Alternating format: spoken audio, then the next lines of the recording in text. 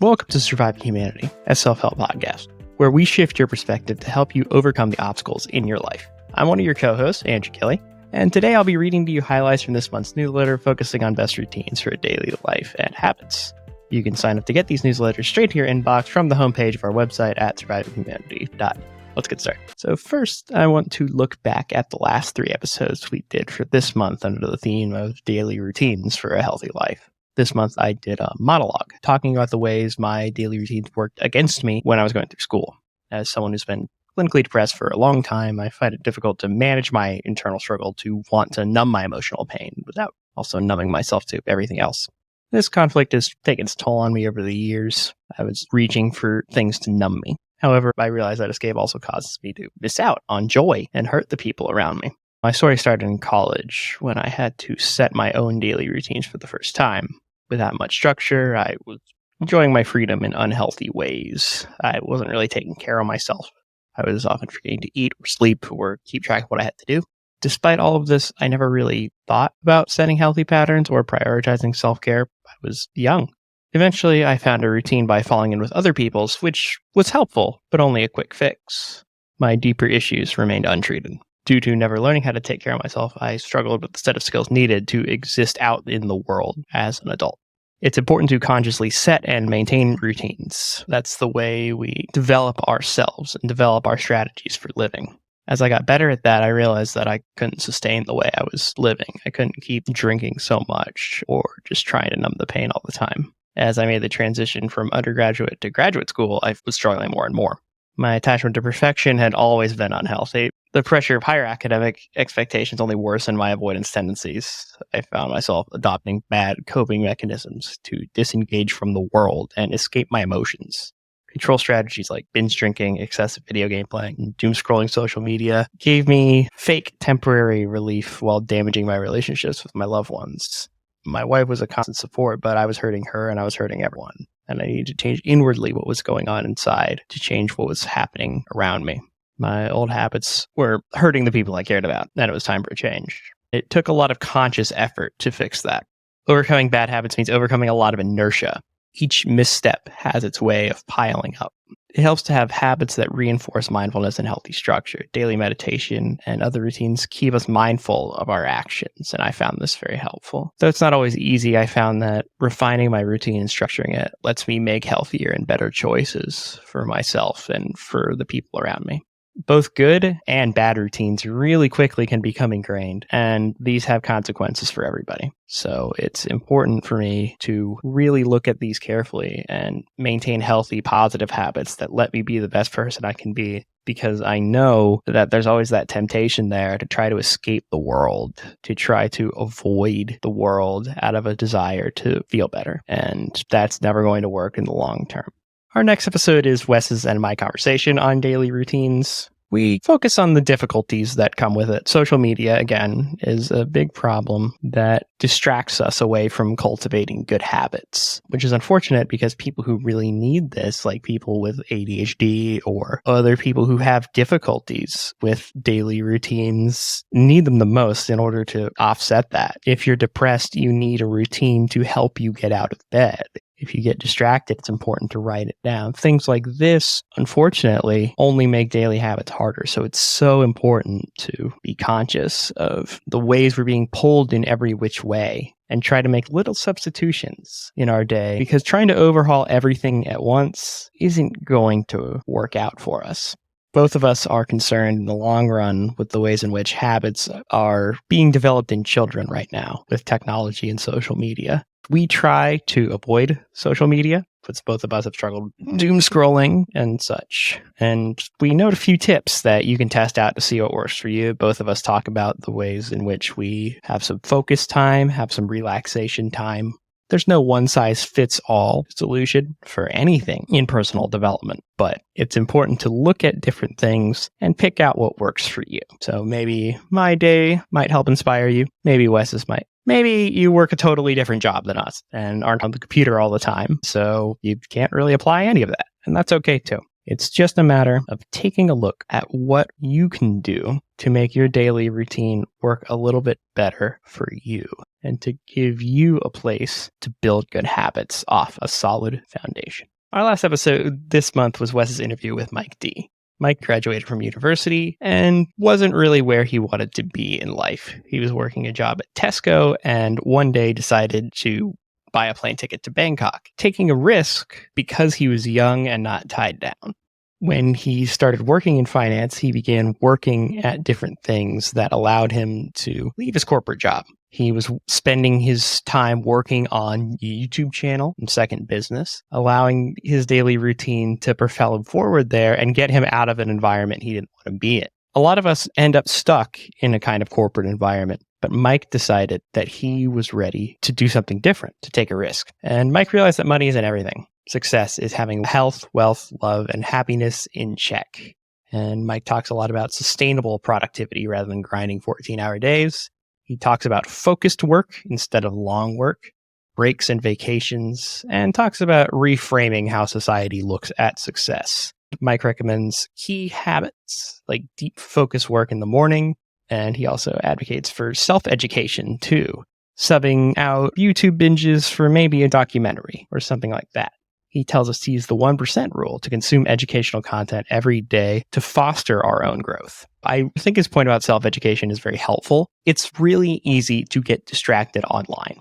In fact, the whole point of the internet is to make you distracted in some way. So it's easy to binge watch TV or something. It's junk food for our brains.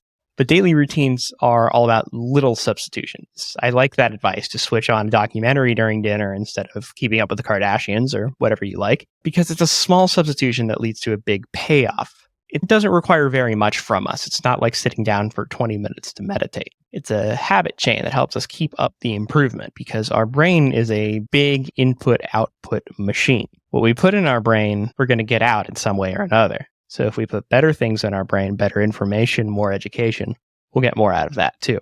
Mike also talks about the importance of picking your morning routine carefully, and I definitely related to this experience. It's very easy to get caught up and try to do a little bit of everything. Mike describes 15 minutes of yoga, 15 minutes of studying Dutch, 15 minutes of meditation, and so on. Building in long, overly complicated morning routine isn't necessarily the best way to get yourself to where you want to be.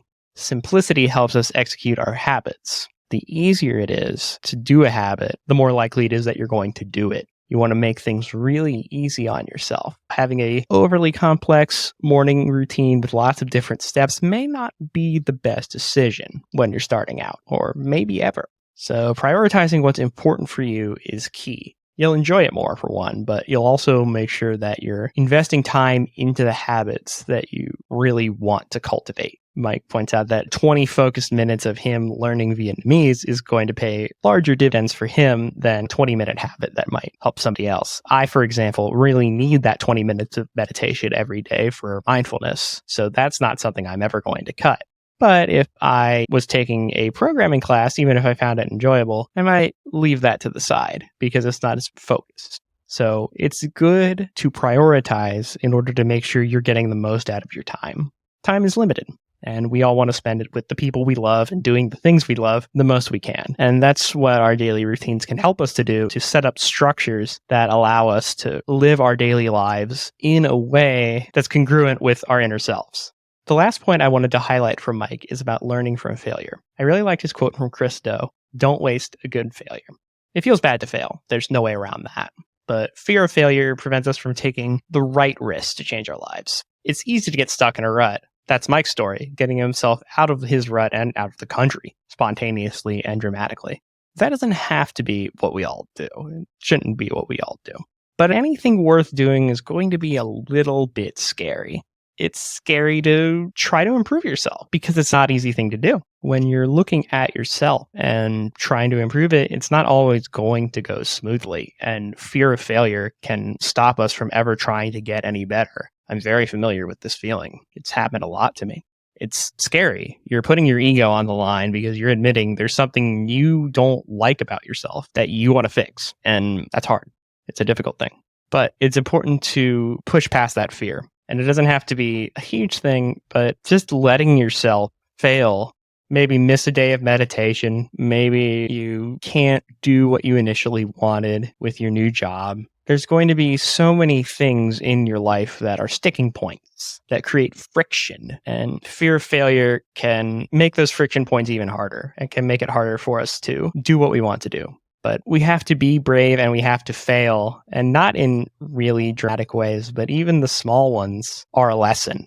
If you didn't meditate that day, what happened? How do you fix that? If you dropped a language you were learning, why wasn't it important? Can you make it more important? Should you be doing something else? It's this exploration of our own improvement that really lets us get a lot out of it. If we keep looking toward these different habits and goals, and we understand that we're going to fail a little as we seek to build our best daily routines, then while it's not going to be fun to fail, we can approach it from a more positive mindset. We can allow ourselves to experience failure not as the end of a chapter, but rather as the continuation, as the beginning of something new. And we always have the chance to begin again. It doesn't matter if you haven't meditated for years. If you want that habit, start small. I'll close out by reading a couple highlights from our blog this month. Nature's Guide to the Best Daily Routines for a Healthy Life talked about ways we can model animals and nature. Animals who live in the moment, not human animals who don't a lot of the time. Animals, as O'Connell points out, take breaks naturally. Animals that migrate reset themselves and locate themselves in the present moment. Hibernation fulfills a similar function in bears. Animals don't carry around as much baggage as we do. Humans walk around thinking of our regrets and our fears, our past and our future.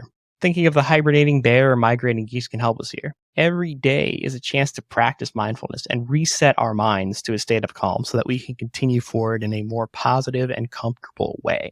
This speaks well to what Mike was saying too about failure. Every day we can reset, we can take breaks, we can center ourselves, and we can keep going.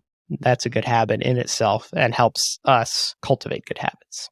From the second article, Learning from Success, Studying the Daily Routines of Great People, quote, every single successful person's daily routine contains, in one form or another, a period where they can focus. They take their energy and focus it on whatever their craft is. Acting, painting, writing, designing, any skill that requires concentration. It's not about working hard, though it is hard work.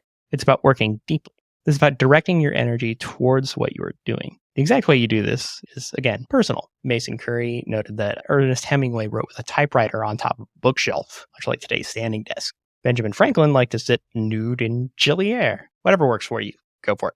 The point isn't the quirk. The point is that it settles you into a zone where your energy is directed. By eliminating distraction and putting yourself in a separate space, physical and mental, you can direct your focus to the thing that you're passionate about. And finally, your healthy life checklist, daily routines you need to incorporate. We don't have to become gurus who meditate for hours on end. Many people find starting meditation hard. Meditate for 5 minutes or 3 minutes, or better yet, just take a minute out of your day to focus on your breathing. If not, breathing exercises, get out in nature and center yourself there. Everyone has different specific needs. No matter if you're a monk or a beginner, just taking a second out to breathe is important. Just starting small and building is such a key to all of our personal development, but it is the most key to habits because habits are how we do that, are how we learn, and are how we shape our lives. Our most basic unit that we start here with is what we're doing every day. So if we can think about our days in this way, think about the ways our habits can drive us toward greatness and toward the people we want to be. Thank you very much for listening. Tune in next Tuesday to hear a story from Wes for the first episode in our series on building character and how that relates to habits. If you want to support us, please join our exclusive monthly book club on Patreon, share the podcast with others, and don't forget to follow, rate, and review us on your favorite podcast platform. And before you go, if you feel like you could benefit from a boost to your morale, then why not give our 7-day self-confidence challenge a go? For only $7, you'll get exclusive access to content that will help you determine your core values and strengths, reframe negative thought patterns, and break old habits to build new ones, all while setting realistic personal development goals. Links to our Patreon and the challenge can be found in the show notes, and we'll see you next week.